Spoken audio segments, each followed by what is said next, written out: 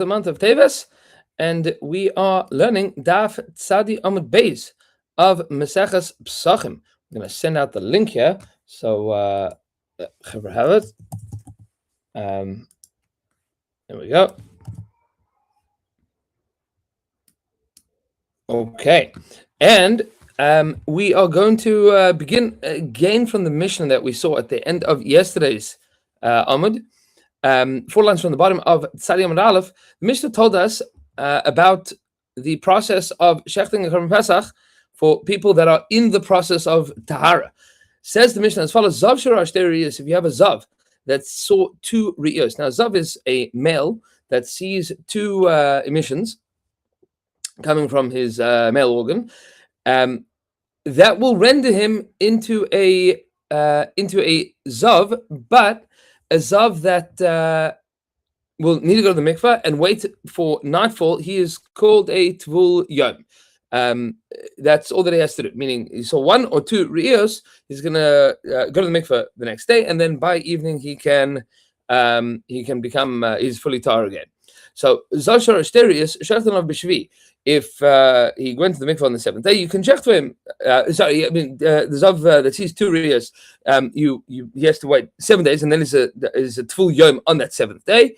And then that night he'd be able to, he goes to the mikveh that day, and then that night he would be tar. So even though he has gone to the mikveh, it is not yet nightfall, he's still not able to eat from Karbanas, but since by that evening he would be able to, so you can check the Korban Pesach on his behalf. Ra Shalosh, but what if he saw 3 Riyos? So then Shachanav Bishmini Shalai, then you would only be able to check for him on his 8th day, because after the 7 days of becoming tahar, he then has to still bring karbanos on his 8th day. He is what's called a mechusar kapara. He doesn't have his full atonement. He needs the kapara. That kapara is bringing the two birds. One is a chatas and one is an oila, and then he will be able to eat from karbanos again. Says the Mishnah, Shemesh Yom Keneged Yom. If you have a woman who is a Zava Katana, that means that she saw 1 Re'iyah on a Sunday. So then on Monday, she has to be clean. She goes to the mikveh, and then that night she would be fine. And that would be if she saw on 1 day or on 2 days. You can check for on her 2nd day, meaning on the day that she is observing as a Shemar Yom Keneged Yom, because that night should be Tahara. Rasa Shnei Yamim, and if she saw 2 days, Shachtana B'Shlishi, and if she saw for 2 consecutive days, so then you'd be able to check for on her 3rd day. But a Zava, if she saw, it's called the Zava Gedola, if she saw 3 Re'iyos, then Shachtana B'Shmini, then you would only be able to check for on her 8th day, because she, like a Zav, is going to require 7 clean days, and then she goes to the mikveh on the 7th day. The 8th day she brings her karbanos, and then she would be able to eat from the Korban Pesach. Okay. Amar Rabbi Yehuda Amar Rav, says Rabbi Yehuda in the name of Rav, Shechtin ve'zarkin al tevul yoim u'mechus kipurim. The halacha is that you can do shchita and zrika for a tevul yoim, meaning you can offer the Korban Pesach on behalf of somebody that is a tevul yoim that went to the mikveh that day and is waiting for nightfall. U'mechus kipurim.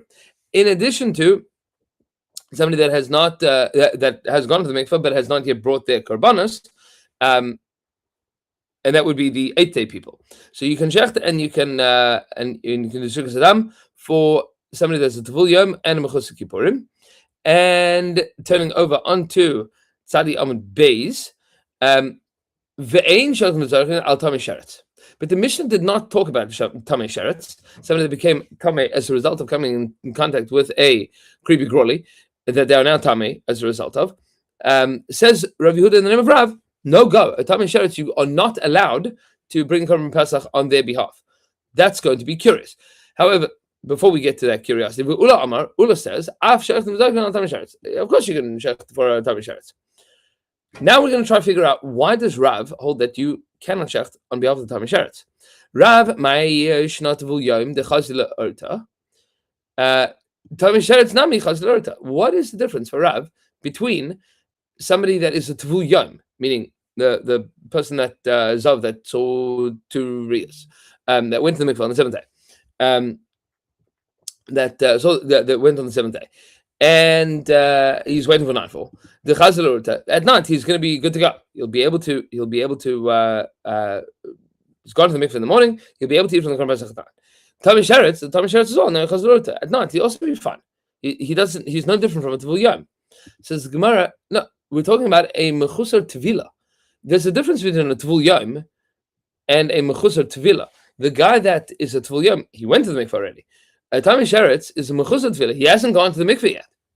Says the Gemara, Tevul Yom nami mechusar ha'erev. Ooh, but it's true that the guy that needs to go to the mikveh hasn't gone to the mikveh. But the person that is waiting for nightfall, nightfall hasn't happened yet. Both of them are still equally tummy right now. Says the Gemara, Shimsha mimela arva. There's a difference between the sun setting and going to the mikveh. The sun sets by itself. You don't have to do anything about that. Somebody that hasn't gone to the mikveh still has to go to the mikveh. So if you shecht for somebody that has gone to the mikveh and is waiting for nightfall, that's okay. He's still very tummy, just as tummy as the other guy.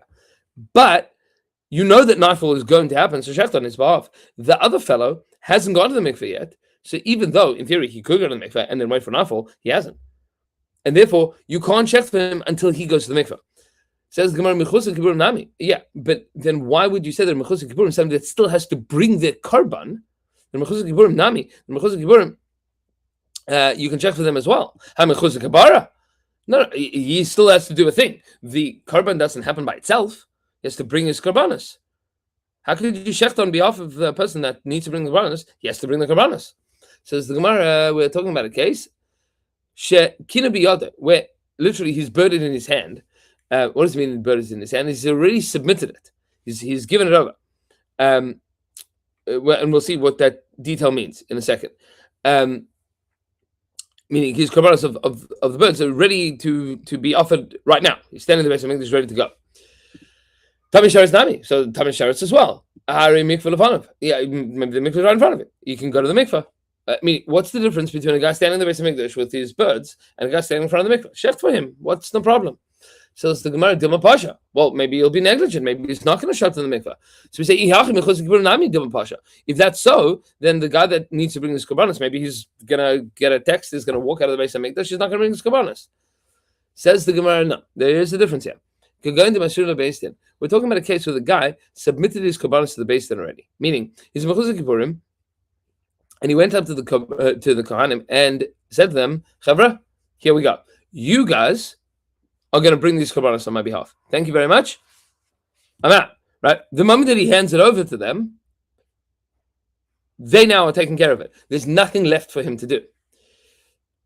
Says the Gemara, Uch de Rav Shmaya, and this is according to the opinion of Rav Shmaya, the Amar, who taught us, Chazagna ein Beisin shel Kohanim amdim misham, that the Beisin of the Kohanim, the Kohanim that are there, in the Beis Hamikdash on that day, don't get up, they don't leave, ad sheyichru Moshe b'shofaris, until they finish all of the money that is in the shofaris. Now, there were shofaris, meaning horn-shaped objects that people would put money into for karbanos for that day.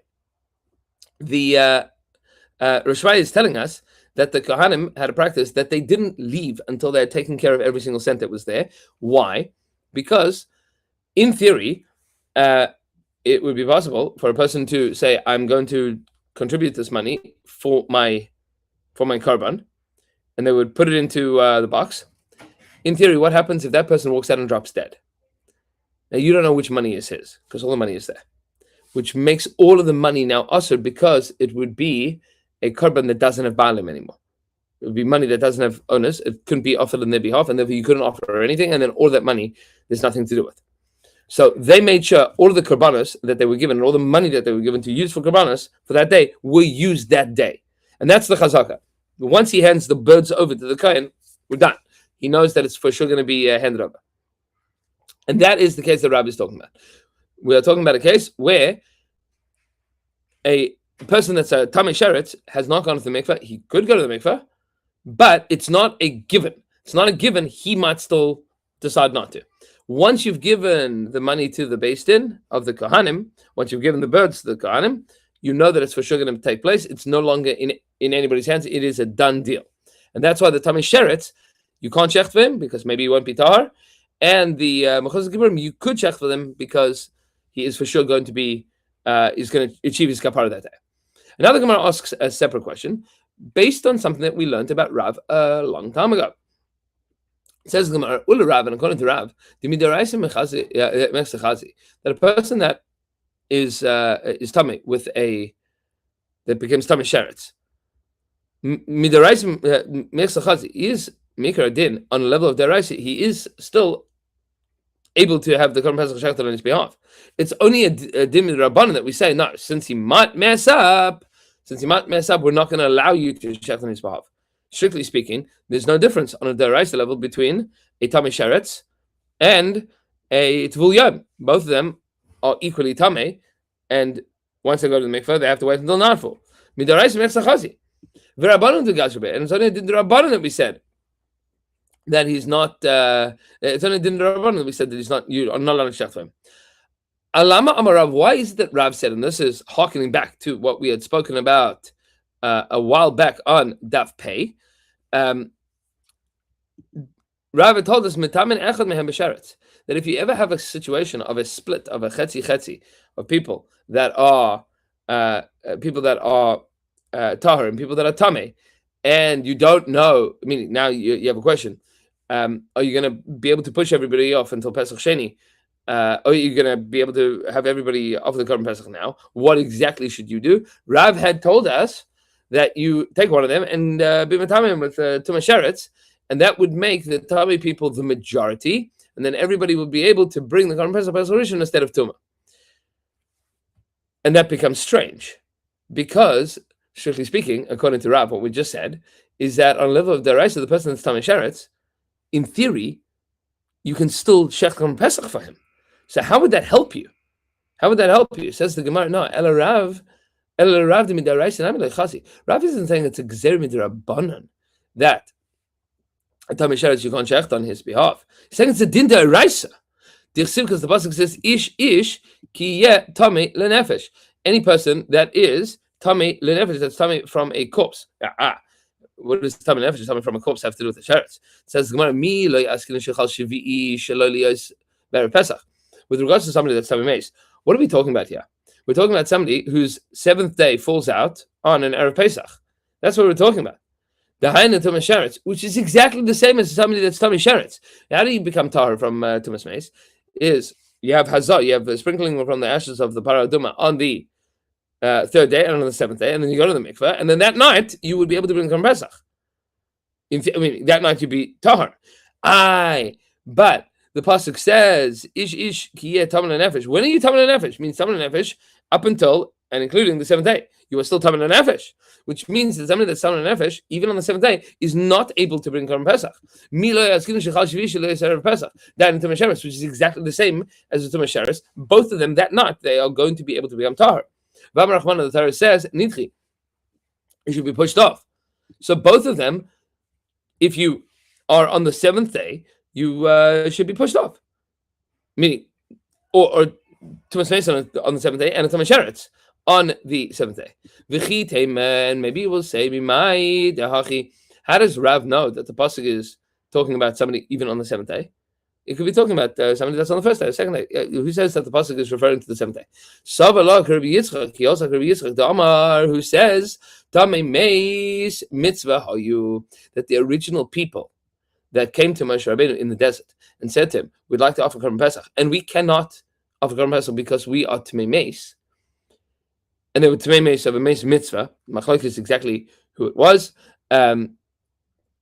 Meaning, they Meis mitzvah, meaning of somebody that's a close relative. That's how Rashi seems to understand, as opposed to the people that the opinion that says that they were Tamei as a result of carrying Yosef Tzaddik. So they were Tamei Meis mitzvah. They were mechuyev to become Tamei to bury a relative. And it was their seventh day was Erev Pesach. Shenemar, the pasuk says, how do you know that the seventh day was Erev Pesach? They couldn't bring the Pesach on that day. it was on that day they couldn't brought Korban Pesach. Aval lamachar, but the next day they would in fact be able to bring Korban Pesach. And even in that case, where in theory they would have been able to bring it that night, in theory, but they were tummy. Right now, the Torah says push them off. Don't join another person's Korban Pesach because you fundamentally cannot bring Korban Pesach. That is the case that we are talking about, and therefore Rav holds that somebody that's Tamei Sheretz or Tamei Meis is unable to bring Korban Pesach. Hold on 1 second. There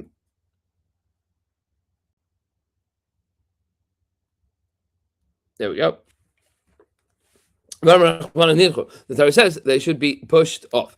Tonight, the Gemara is now going to ask a question on Rav based on a brisa.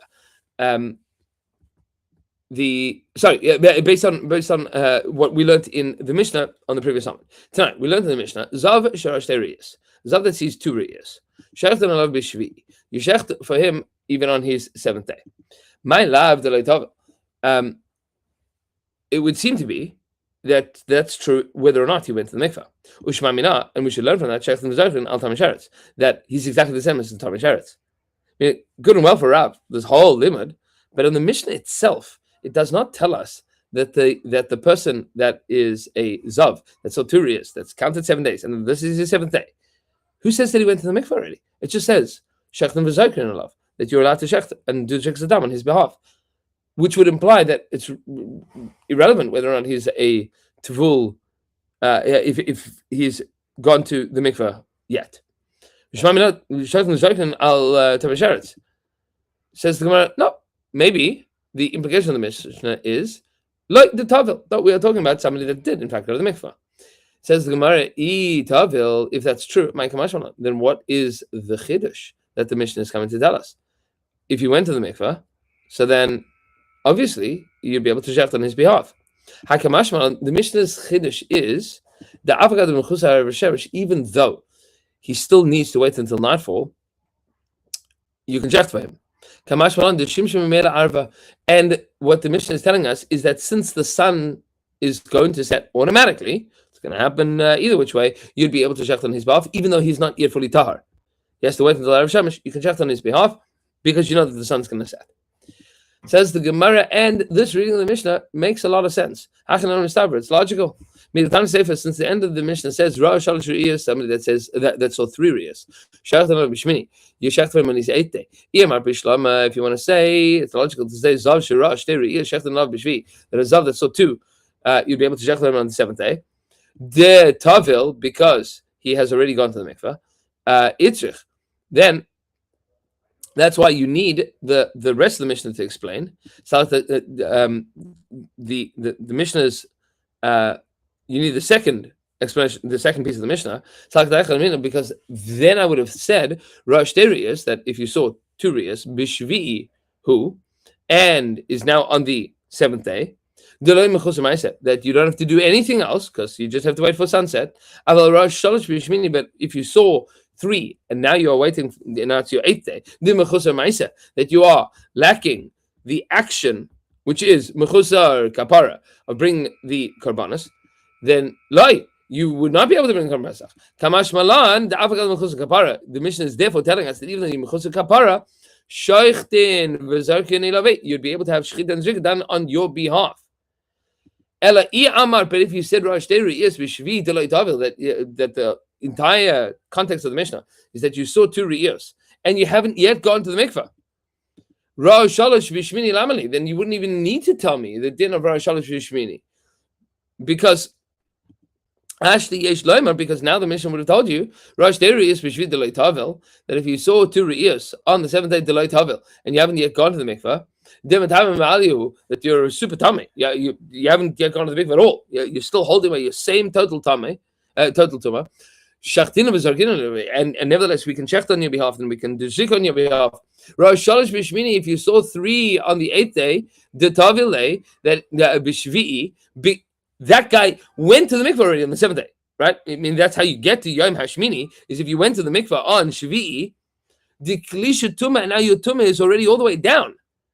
The only thing that you're missing is Mechuzah Kippurim.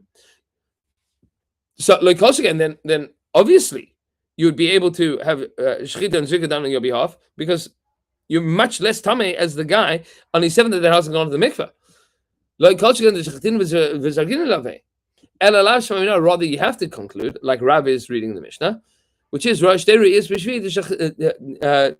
shachtin ilavei the tavel. That when the Mishnah tells you that he saw, for the guy that saw two re'iyos of zav, and has now had his 7 clean days, is Shivan Kim, and he's gone to the mikvah on the 7th day during the daytime as is appropriate. That's when you can do shechita and zrika on him, and therefore we also need to tell you the din of mechusah kibburim, because otherwise mechusah kibburim would have been super obvious. He's much less tamei. Says the Gemara, no, maybe not. Maybe this whole reading that we just read for Rav is not necessarily true. Because I could always say to you, that the Mishnah's whole context is that he hasn't gone to the mikveh yet. V'itzrich. And nevertheless, you still need the second din of the Mishnah about the Mechusah Kippurim. Sal Kedaytech, because I might have thought, Bishvihu, that on the 7th day, he is able to go to the mikveh. It's in his hands to be able to go to the mikveh. Aval Bishvini, but on the 8th day, De'ain Biyad Akriv Karban, he is not able to bring a Karban. Why? Because he has to rely on the Kohanim to bring the Karban on his behalf. It's no longer in his hands. Maybe since there's nothing that he can do to ensure that he is completely tahar and able to eat from Karbanis, that he's completely his kapara, he's completely tahar, but he hasn't yet completed tahar, but he needs to complete both in order to eat from the Karban. Since that's not in his hands, maybe you would not make the Kal V'chaimer. You would say he cannot have the shechita and zrika done on his behalf. Ema pashi bei kahanim, because maybe the kahanim are going to let him down. They're going to be negligent. Kamash malan, and therefore what the Mishnah is in fact teaching us is keder Rav Shammai, that we hold of the opinion of Rav Shammai, like we said, or Rav Shmai, as we said at the beginning of the Amud, Rav Shmai, who told us that once you hand it off to the kahanim are for sure going to do it. That is the chiddush of the Mishnah, which means that the Mishnah could read like Rav or not like Rav. Both of those things are reasonable reads within the Mishnah, and that is why we have a machlokes between Rav and Ula in this case. Good. Then the Mishnah told us, Azava Shachtin, that with regards to Azava, you are able to shecht on her behalf. And now we're going to discuss a brisa that was taught in congruence with the Mishnah, or maybe not. Tani Tana Kami de Rav Ada Barava. There was a Tana, doesn't mean a rabbi of the Mishnah, it means somebody that was teaching the Mishnahs in the Beis Medrash of Rav Ada Barava, meaning he would read out them. They learned the Mishnahs Baal Peh, and they said out the Mishnah Baal Peh because it was still Torah Baal Peh, even though they learned over the Mishnahs. So he was saying over a particular brisa in front of Rav Ada Barava, which was the following: Hazava shechtin ala b'shvi shala. That a zava you can shecht on her behalf on her 7th day. Amar le, Rav Ada Barava says to this person that is saying over the brisa, zava b'shvi shala mi chasya. Who thinks that a zava you'd be able to shecht on her behalf on the 7th day? That is impossible. That doesn't make any sense. A zava means a zava gedola. She would have to wait until her 8th day and bring the karbanos. Even according to Ula, who says that you can check for a Tami Sheretz, Hani Mili Tami Sheretz. That means only for a Tami Sheretz, the Chazal Urta. That night he's going to be able to eat from the carbon. But for this woman, this Zava, until she brings her carbon the next day, she's not going to be able to eat from the carbon at all. Says the Gemara, therefore, Rav Ada Barava says to this rabbi teaching over the brisa, Ema b'shmini. You're saying of the Mishnah, the brisa wrong. Don't say zava b'shvi'i shala. Say zava b'shmini. Says the Gemara, challenging Rav Ada Barava. Yeah, if that's the case, pshita, then that's obvious. We know that already from the Mishnah. Why do we have to have a separate brisa teaching exactly the same din? And anyway, that's obvious. What would you say? There's a reason to have a brisa teaching this explicitly. Kevin and Mechusha Kapara. Since that she is now a mechasher kapara, you would not be able to shech the Karban Pesach on her behalf. Kamash malan, and the brisa is teaching us keder of Shmai, right? The brisa is teaching us the opinion of Rav Shmaya, which is that once you've given the animals, the birds over to the Kohanim, it's for sure going to happen, and therefore mechusar kapara, you would be able to shecht on her behalf. Ravina Amar, Ravina has a different version of the story, that it wasn't a zava b'shvi shala, it was nida tanakame. It was a case of nida that he had said in front of him. Vehanida shechtan al b'shvi, and he said that a nida you can shecht on her behalf on her seventh day. Now the difference between a nida and a zava is that a zava has to bring karbanos. A nida does not have to bring karbanos. A nida just has to wait until the seventh day, and then she has to go to the mikveh at night. Nida does not go to the mikveh in the day. Nida, as we know, Bisman said, goes to mikveh at night. Then she becomes Torah. Amalei says, Nida b'shvi michazia. A nida on the seventh day is not tahara. When does she become tahara? Even according to Ula says that you can shecht on behalf of Tamei Sheretz. The chazal urta. That is because the Tamei Sheretz that night would be able to eat from the karban. He's going to be tahara. Nida l'urta d'shvi hu the tavla. But a nida at nightfall of the seventh day still needs to go to the mikveh. She's only going to be tahara after she goes to the mikveh. Ad shmini de avda erev shemesh leichasi, which means that she cannot eat from any karbanos until the next night. Meaning, once a nida goes to the mikveh that night, she is tahara in order to be able to be with her husband.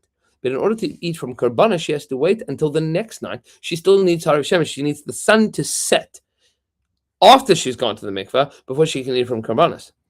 Ela even b'shmini, and therefore it was in that case that Rav Bar Ava had said, amend the brisa to say b'shmini, that it's on the eighth day of, meaning if her eighth day was Erev Pesach, that's when you'd be able to shecht on her behalf. And if that's true, then pshita, then that too is exceedingly obvious. Obviously, you'd be able to shecht on her eighth day. Hashta umay zava. Now, with regards to zava, de mechasir kapara, that doesn't have kapara, she hasn't brought a karbanos. Shechtim v'zarkin aleh b'shmini, that you'd be able to bring to shechtva on her eighth day. Neither lemechasir kapara, neither does not need to bring in a karbanos. Tzricha, you would need. You need explicitly to tell me this? Of course you don't. If a mechusar kapara, you'd be able to. Mechusar kapara, you'd be able to say that that you shecht on her behalf. Of course, the nida can shecht on her behalf. Says the Gemara, nida it's shichle. Now you still need to teach me this din separately. Hakamash malan, because this is coming to teach us bishmini in that on the eighth day you can shecht on her behalf. Bishvi'i loy, but on the seventh day you cannot shecht on her behalf. Ke detanya, as we have been taught in the brisa, kol chayve tvilas. Everybody that has to be tovel, this is on Yom Kippur. That the brisa is said in the context of Yom Kippur. Anybody that's chayiv to tovel tfilason b'yom, they tovel during the daytime. That's somebody that's chayiv. Tfilason b'zman a mitzvah. Somebody that's mechuyev in going to the mikvah, that would override the issur of bathing on Yom Kippur. So tfilason b'yom, they would tovel in the daytime. But a nida and a yoledes, tfilason b'layla, a nida and a yoledes, they tovel at night. That's when their chiyuv is in the days in the situation that those would be chayiv, which is not this sugya, but in nida and yoledes, the tefillah is at night. They have a different time for tefillah and nida and yoledes, which practically speaking is why women bisman aseh always go to mikveh only at night, because we only have the din of nida and yoledes today, sort of. We don't really. We assume that every zava is an nida, so we're machmer on both counts, which means that she tovels at night. And yoledes, we're machmer that maybe she's an nida and a zava, so she also is only going to be tovel at night.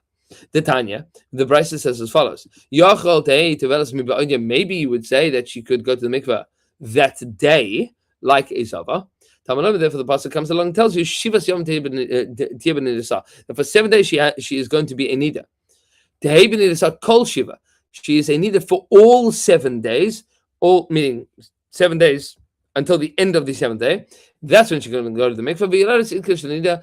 And the yoledes is juxtaposed to the nida, and therefore, since the yoledes is juxtaposed to the nida, she also has to go only at night of the seventh day, and that's the chiddush of the brisa that was taught in front of Rav Bar Ava, And Be'ez Hashem Yisbarach, we will continue tomorrow with the next mission. We just went Mishnah to Mishnah. And Be'ez Hashem, to be continued. These sugyas are very levitic and giving us a good broad range of understanding of all of these halachas.